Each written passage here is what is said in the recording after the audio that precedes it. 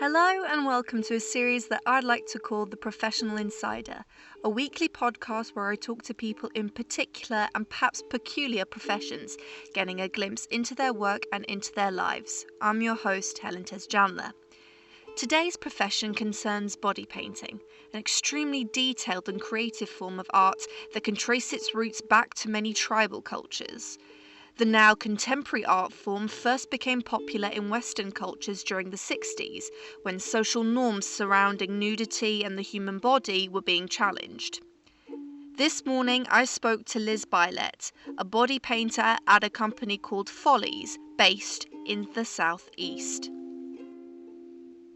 So, Liz, can you tell me a bit about your background with body painting and how you sort of got involved with it? Well, I started my face painting company. I always knew I didn't want to work in a shop or anything like that. I've always been very creative, and I saw some people out face painting one time and I thought, oh wow, that looks amazing. So I just went home and bought some products and just had a little play with it. And really, the rest is history. It has just organically developed from that beginning, really. And that was 30 years ago.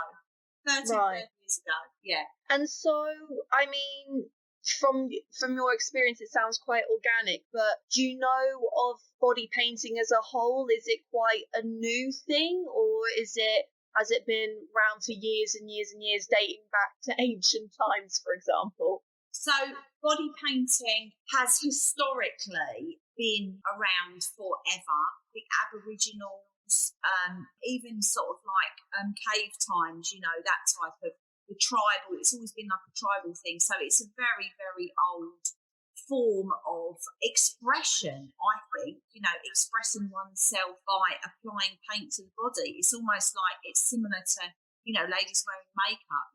That's just really an evolution of the original sort of styles of painting, really. Yeah. Right. Do you think it's quite like a popular thing now then? So like you were saying, it's sort of got, why do you think that? Well, it's definitely evolved. I think people are I feel people are a little bit freer. People were a little bit freer. As far as, festivals, events, that type of thing, people were, it was becoming more of a thing. Right. Halloween, the American influence. When I first started doing it, it was only kids, and now it's adults. And we do bump painting and full body paints, and teenagers want it at events and henna and all sorts of, I think, and also with let's say, the popularity of things like, Beckham getting tattooed and celebrities getting tattooed. Celebrities, Madonna had her hands hennaed years ago. And, those type of things, I think it's more in the public eye.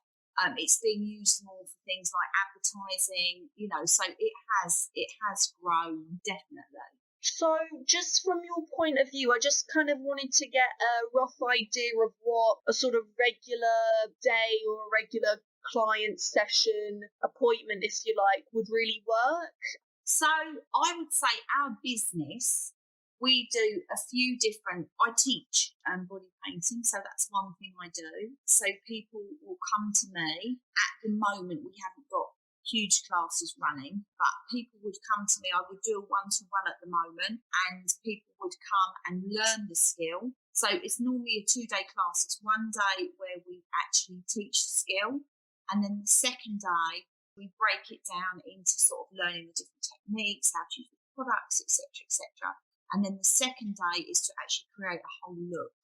So that's great, sort of like a 2-day class. The other thing we do is we go out on service events. So we either do corporate events, say, for example, in London, corporate parties, that type of thing. So that's one thing we do. Another thing that we do is we go and do festivals and things like that. As I'm talking about this, I'm thinking about this current thing that's come out today, and I'm thinking, how's that going to affect what we're doing in what our future we were moving towards? Do you know what I mean? That's why I'm sort of hesitating, because I'm processing that information at the same time as well. So that's quite interesting. We would also offer a full body painting service as well. So people might come to us on a one-to-one. So, for example, I do bump painting. So I've got a lady that I'm working with at the moment, developing a look for her. She's pregnant. She's 26 weeks pregnant.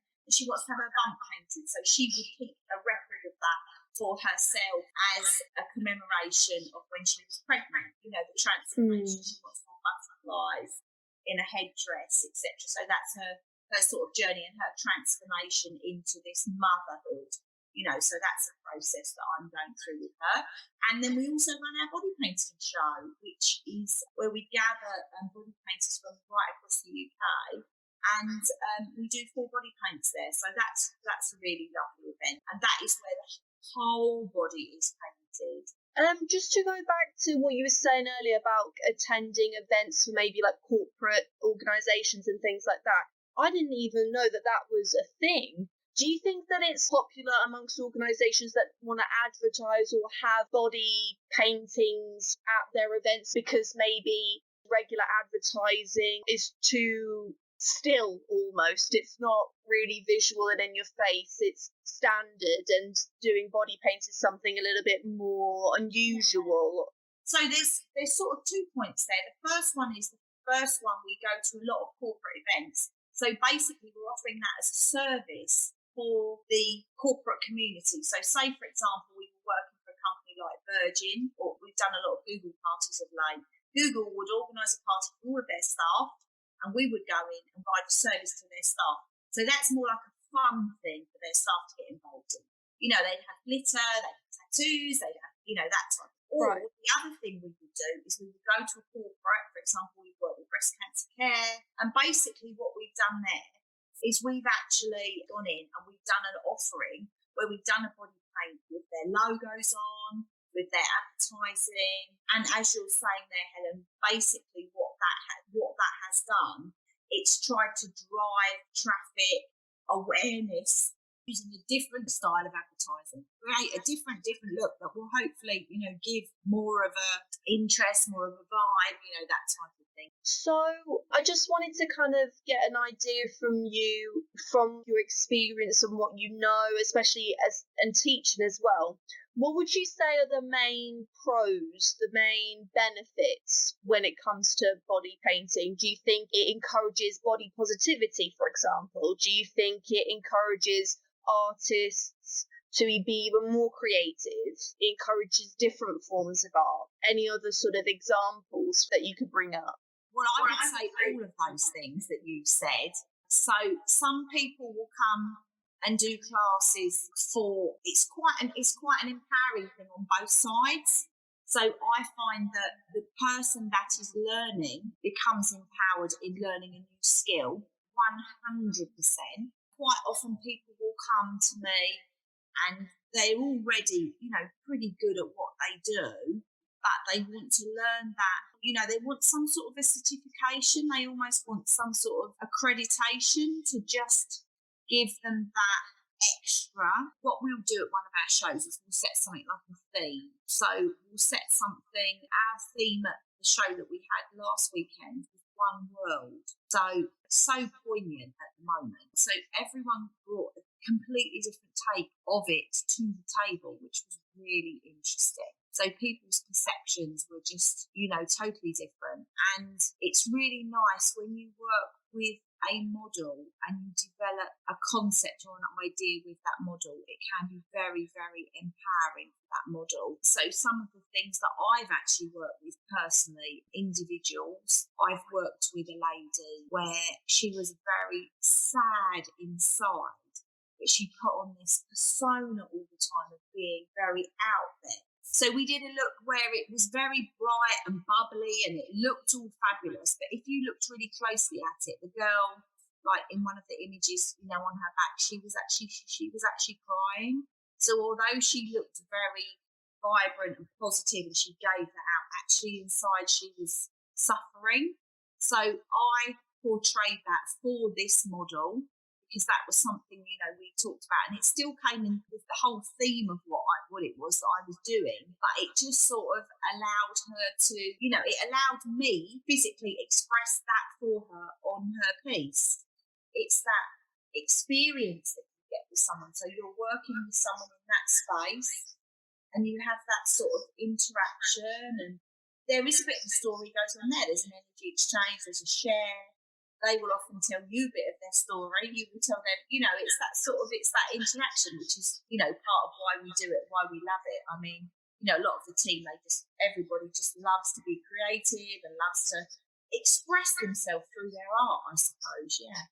What do you think are then the drawbacks? Something that you think, oh, well, that could be improved on. Something that would almost be the opposite end of the benefits and the things that make body painting quite unique and creative. What would you say is the flip side of it? Maybe the cons? Okay, the cons of it are the physicality of it. It's physically so demanding. On the painter or on the model or both? On both, I would say. So to create a full body paint is physically very hard work, like physical hard work. To model for 6 hours is also physical hard work. I know, it's interesting, isn't it? You probably wouldn't imagine that. No, is 6 hours the sort of standard average time? To do a full body paint, yeah. Oh, wow. Yeah, and that's without the pre-preparation. If we're doing headpieces and things like that, the planning, the sketching, the creating of the headpieces, the making of the headpieces. A lot of the headpieces are sculpted, created, all of that. There's all of that. So it can be, people plan body paints for weeks, months, years sometimes, Wow. Yeah. What would you say then is almost like misconceptions from the public or people that want to get into body painting? Do they think, for example, it takes not 6 hours but 6 minutes or something like that? What are the main things that you come across with people when talking about body painting that they thought, well, I thought this. Oh, I really thought it was like that. Well, one of the things that was quite interesting was my son came and did a body paint at one of my shows. And he's not an artist by any stretch of the imagination, but he just wanted to get involved and experience it. And at the end of it, he just said to me, Mum, I have a whole new level of respect for you. I never knew what physical hard work that was. So, that's one thing. Another thing is, clients will contact us and they'll want, a body paint done, and they'll think that financially the exchange is going to be very limited because of their perception of the amount of effort and energy and work that goes into it. So that's another place where it's sort of a little bit out of balance, let's say. Then again, equally, it's really nice to change that perception.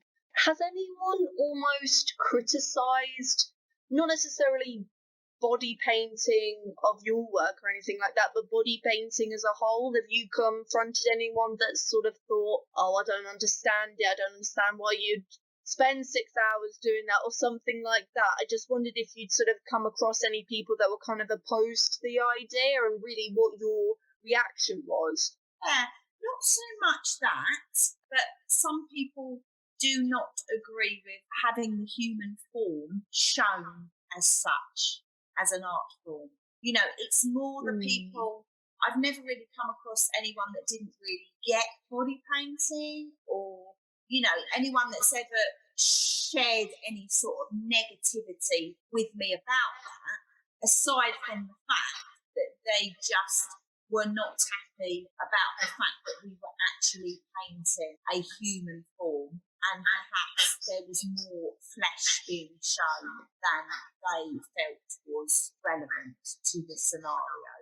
And how's that reaction, how have you responded to that? Have you kind of gone, well, it's not really going to stop us what we're doing? Or have you almost hesitated sometimes and you sort of think, oh, maybe we should do this instead, maybe we should add a bit more? Because I've seen a couple of the images on the website, and there are sort of pieces where it is just sort of full body paint, but there's obviously accessories, like you were saying, headpieces and other elements to it as well. So have you almost felt the need to include more of those to sort of satisfy the opinions?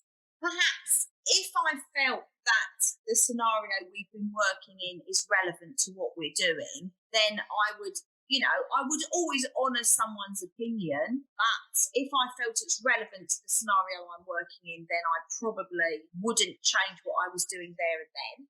even though I would honour what they were saying. That's, everyone's entitled to their opinion. But having said that, I would always, always, always create something that was relevant to the situation that I'm in. So, for example, if we were working, depending upon what type of event we were working at, then what we might do is we might dress our models and then paint the rest.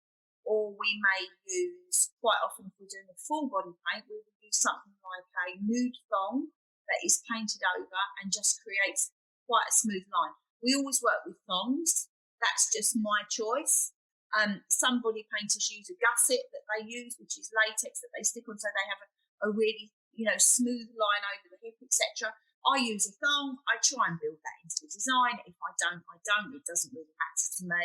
And then we use these things called pasties that go over the breast, and they literally, it's like a cover, and literally gives you a beautiful, beautiful, smooth coverage. So that's sort of like the least I would have on a model. If I'm doing, a different event where I felt it was more suitable, then what I may do is I may put cups on the model. So we sculpt cups. They're made from latex. They're made from different forms, different shapes. It might be a pair of shells that are all done with gems and glitters. So it's almost like a little bit of an enhanced bra top, if that makes sense. Or if the client wanted it or it was more suitable for the event, then we might actually physically put a bra top on and maybe enhance that and build that into the event. Quite often when we did corporate events and people would ask us for actually, for like body painting, then quite often I would always take some fabric in a similar colour, because quite often you bring out this body painted model at an event and they go, she's naked. And you go, well, she's not actually naked, but if you want me to cover her a bit more, then I will. And then I would dress her according to what the client wanted, you know what I mean, at the session or on the day. So, yeah. What kind of paint would be the appropriate kind to use for body painting? I assume you don't use watercolours or anything like that. Well, interestingly enough, we do use a water-based product. Oh, wow. Yes. So we use a body paint. So it's a product that is designed for painting on the skin. So face and body paint pretty much come within the same category. There are some that are designed specifically for using for bodies, some are designed specifically for using for faces, but generally you can use them on any part of the body. We do use water-based. Generally, it's quite good for blending. It's quite good for, line work, all of those things. It creates a really nice effect. You can fix it. So there are fixers that we can use to apply on top of that to really hold that look. And equally, there are also other products that are alcohol-based products that are not water-based. So there is another product that can be used if you needed longevity on your body paint. Depends upon what you're doing. I would say that 90% of body paints are done with a water-based product. So it's not suitable for swimming in, that type of thing, If we're doing events where the product needs to stay for longer, then we choose a different product. We would maybe choose an alcohol-based product, or we would perhaps choose, for example, we did an event at the Dorchester and we had to do dancers. So we did some dancers we actually created our own product. So we used sort of like a body glue base to it. We blended the paints with that and then we actually piped it onto the skin. So in terms of the differences between the water-based body paint and the alcohol-based body paint, the water-based one, on average, if people stay away from swimming pools and all things like that, how long would that body paint last for? So you could paint someone in the morning. You have to start quite early if you're doing a full body paint. But you could paint someone earlier in the day and that would last you all day. Absolutely fine. Right.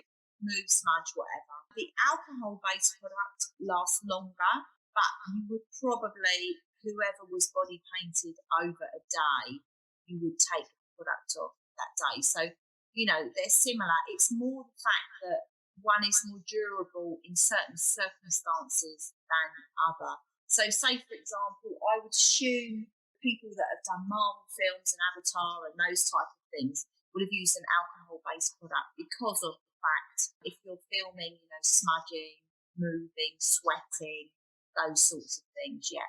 So obviously body painting, there's different types, and it's, as we said before, it's not a new thing. I'm guessing from your experience that you know that this body paint fits different skin types, for example, and different body shapes. Is that true? Or so allergies is something that's not really a skin type. That's generally, that could be anyone. So we can do a patch test, particularly if we're using like glues or things like that, or forms of latex. We generally tend not to use too much latex.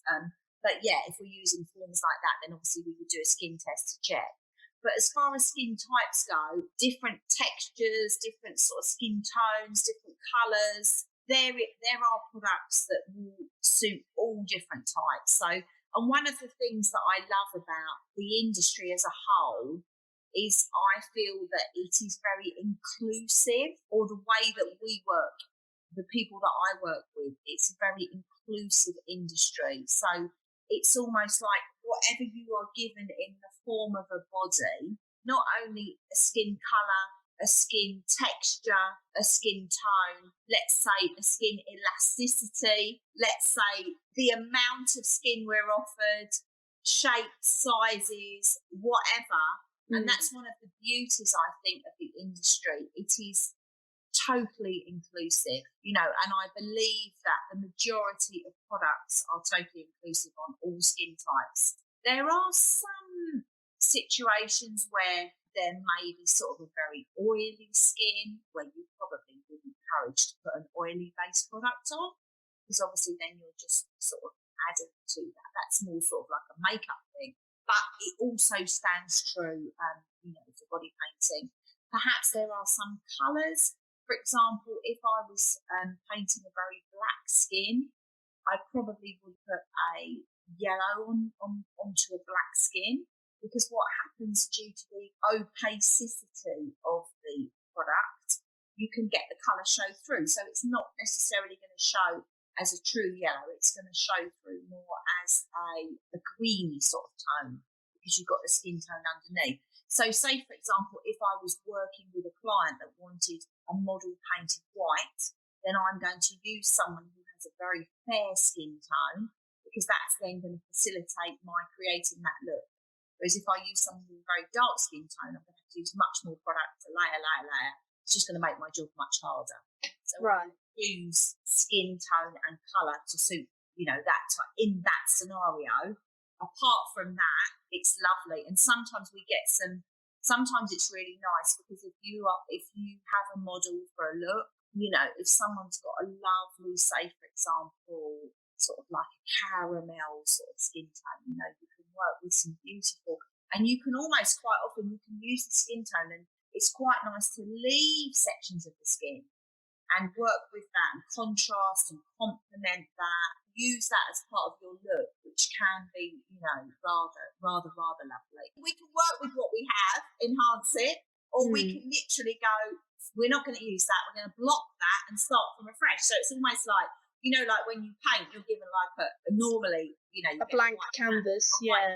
But when, the body comes to us, we've got different little quirks with it already. So we can either block it and blank it, start from afresh, or we can use those things and sort of enhance them and work with them. So, yeah, it's quite fun. A lot of sort of photos that I've seen on the website have shown celebrities and sort of bigger names getting involved with body painting. I wonder, from your point of view, would that make any difference? Is there almost too much pressure when it's involving someone with a bigger name compared to maybe the general public? Or is it all the same, all high quality, all the pressure is still there, the expectations and so on? Yeah, I suppose. I mean, we've done stuff for the press. I've body painted Katie Price. I've body painted some football players, and done celebrities over the years. I've actually worked with Richard Branson. I've done a couple of body paints, not full body paints on him, but I've done tattoos for the press and bits and bobs over the years. And I would say there is probably, it's a different type of pressure, I think, when you're doing that type of thing. For example, when I worked, when I did the design on Richard Branson, what I did was we were doing something it was for the press, and I was recreating sort of like an arm tattoo on him. So whereas normally perhaps I might have had more time to do that, what actually tends to happen, you believe that you're going to get an hour with the client in that scenario, but because they've got an interview and they've got a shoot and you get a very, very short window of time. So therefore it puts more pressure on me. I have to make sure I'm totally much better prepared than if I had slightly more time with the client. So I had to make sure I did all the stencil, I cut my hand and all of that, but I had to make sure that I could do that in a really, really short space of time. I think that's where probably the pressure is. It's more of time pressure. Equally, I would still say that the lady that comes to me and has her bump painted gets as much preparation, she gets the same quality. I, in a way, prefer those because I'm not under the same amount of pressure, and the remunerative return is not always the same for me if it's not such a high-profile job. But equally, I would still put the same value into what I am offering. Can you tell me, Liz, I mean, from your opinion really and what you've sort of seen, what's the body painting industry like? And what I mean by that, is it sort of dominated by certain sexes, for example? Is it a well-funded industry? Is it not given enough recognition in the media or something like that? I just want to know what the general trends are. Are there a lot of young people that are usually the clients, for example, or something like that?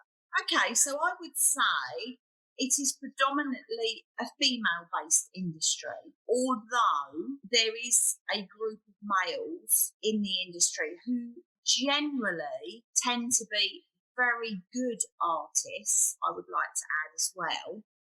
Obviously, the women are very good artists, you know what I mean? But there's a smaller group, and I think the male component of them tend to be the ones that have stuck at it and done very, very well with it.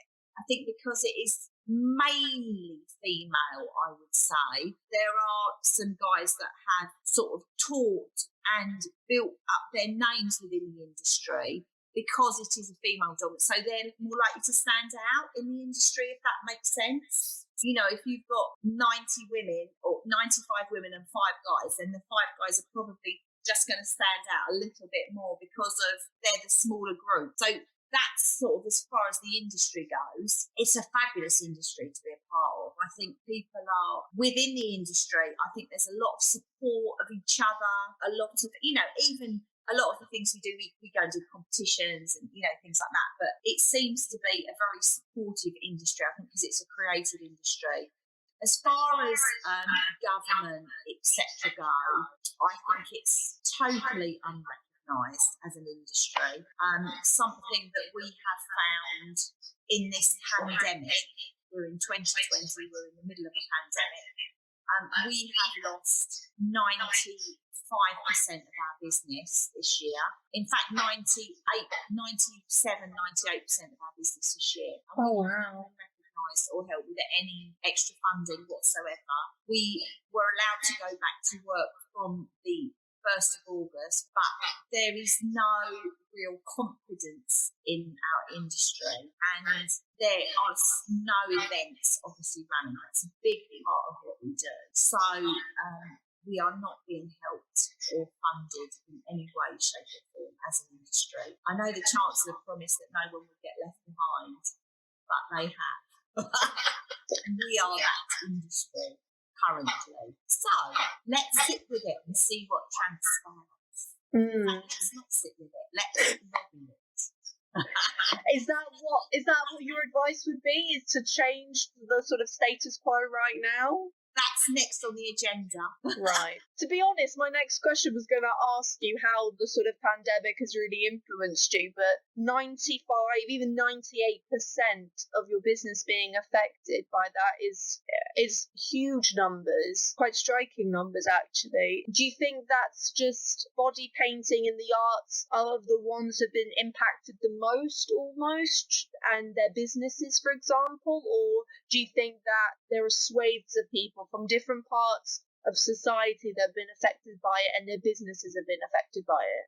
I think vocational situations like ours, I think, hairdressers, things like hairdressers are back now and they can cut hair, which is great. We're back and we're working again.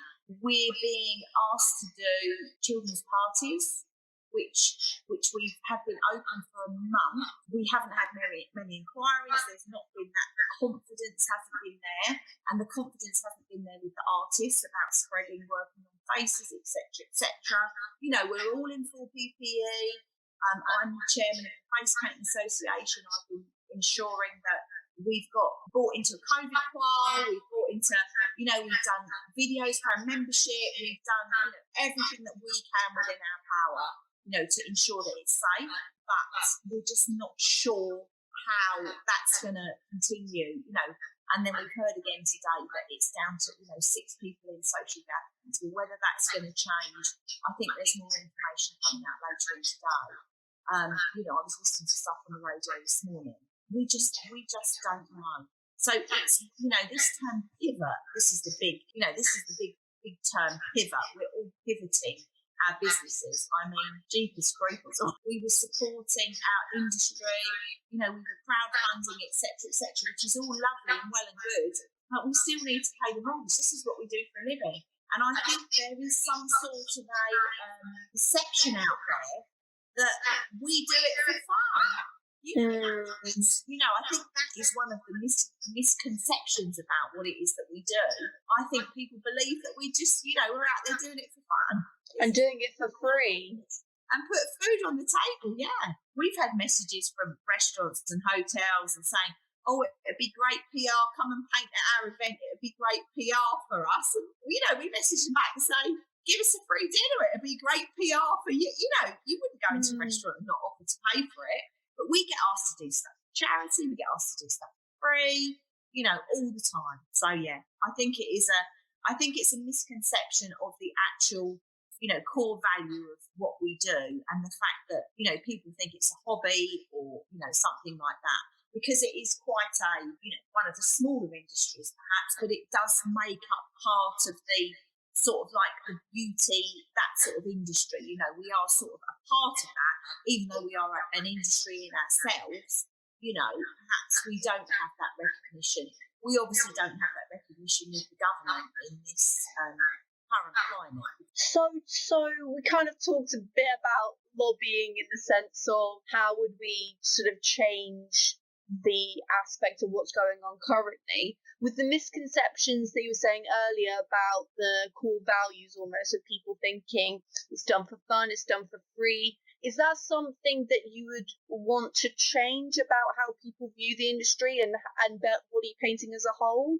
I think it has evolved and it has changed. We have, I've been in the industry for 30 years and I've almost been, that's what I've been doing for the past 30 years, I believe. I've been bringing that through more. I've been supporting the industry in doing that. I've been trying to, or I have raised awareness, perceptions, all of those types of things. I believe that's been one of my roles in the industry, has been to do that, to bring that forward.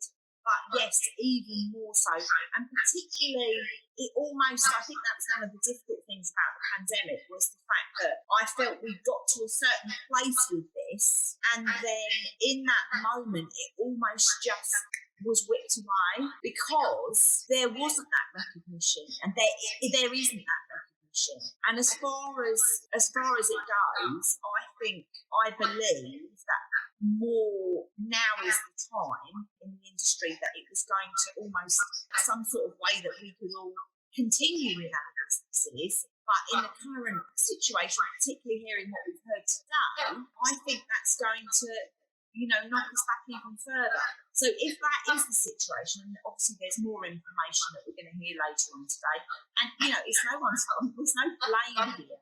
There's no blame because it's a scenario that is out of people's control. But I believe now if this does continue as is, then I think it needs to be recognised as an issue, as a very specific issue on its own. We really need to, lobby and do something. I've got a couple of ideas. I mean, any one of them you want to share, or you want to keep them close to your chest? One of them was, the Fathers for Justice used to dress as superheroes and go and stand on top of council offices and bridges and things like that. Well, I think, the body painters should, with their models, we should body paint the models and go and stand in all, places all over the country. Definitely. It would send a powerful message. Let's see.